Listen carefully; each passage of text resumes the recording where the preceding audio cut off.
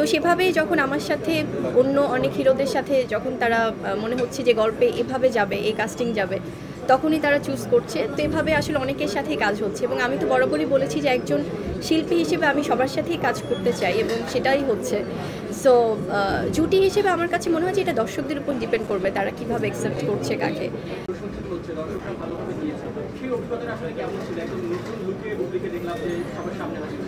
খুবই ভালো ছিল ভাইয়া, কারণ আমার ব্রাইডাল ব্যাপারটাই তো আসলে লাল টুকটুকে একটা বউ, মিষ্টি একটা স্নিগ্ধ বউ হবে, এটাই সবাই আমরা বাঙালিরা খুব এক্সপেক্ট করি।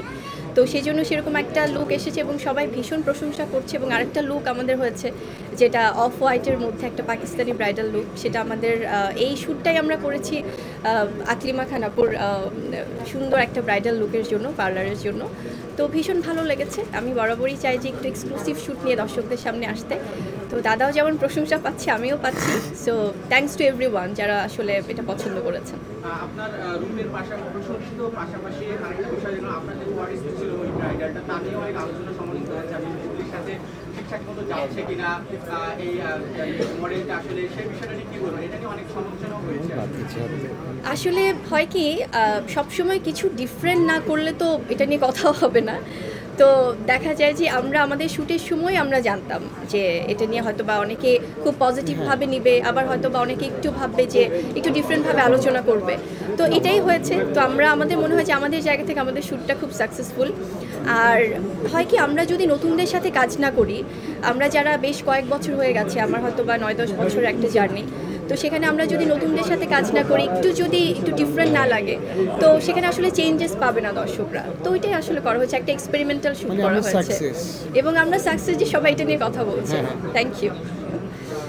যদি একটু কাজ প্রসঙ্গে আসি, আমরা জানি যে কিছুদিন আগে কয়েকদিন আগে ছিল আপনার ফিলিপের কাজ আদুরাদের সাথে সাথে কয়েকটা সিনেমা করেছেন।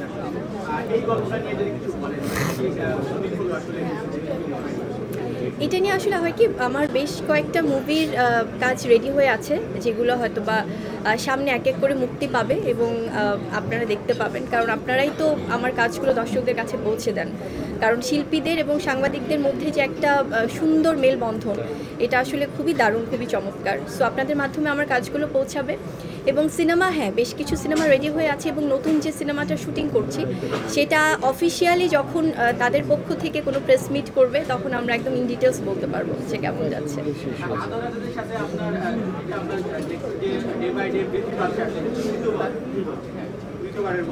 সেক্ষেত্রে কেমন সম্ভাবনা দেখছেন? আপনি অনেকদিন ধরে ইন্ডাস্ট্রিতে আছেন, আমাদের বলা হয় যে নায়ক সংকট, অনেক সময় বলা হয় নায়িকাও সংকট। সেক্ষেত্রে আপনার কাজ এটা আসলে পরিচালক প্রযোজকদের উপর নির্ভর করে। তারা যখনই কোনো ভালো গল্প, তাদের উপর আসলে ডিপেন্ড করে তারা কাস্টিং কিভাবে চুজ করবে। তো সেভাবেই যখন আমার সাথে অন্য অনেক হিরোদের সাথে যখন তারা মনে হচ্ছে যে গল্পে এভাবে যাবে, এই কাস্টিং যাবে, তখনই তারা চুজ করছে। তো এভাবে আসলে অনেকের সাথেই কাজ হচ্ছে এবং আমি তো বরাবরই বলেছি যে একজন শিল্পী হিসেবে আমি সবার সাথেই কাজ করতে চাই এবং সেটাই হচ্ছে। সো জুটি হিসেবে আমার কাছে মনে হয় যে এটা দর্শকদের উপর ডিপেন্ড করবে তারা কিভাবে অ্যাকসেপ্ট করছে কাকে।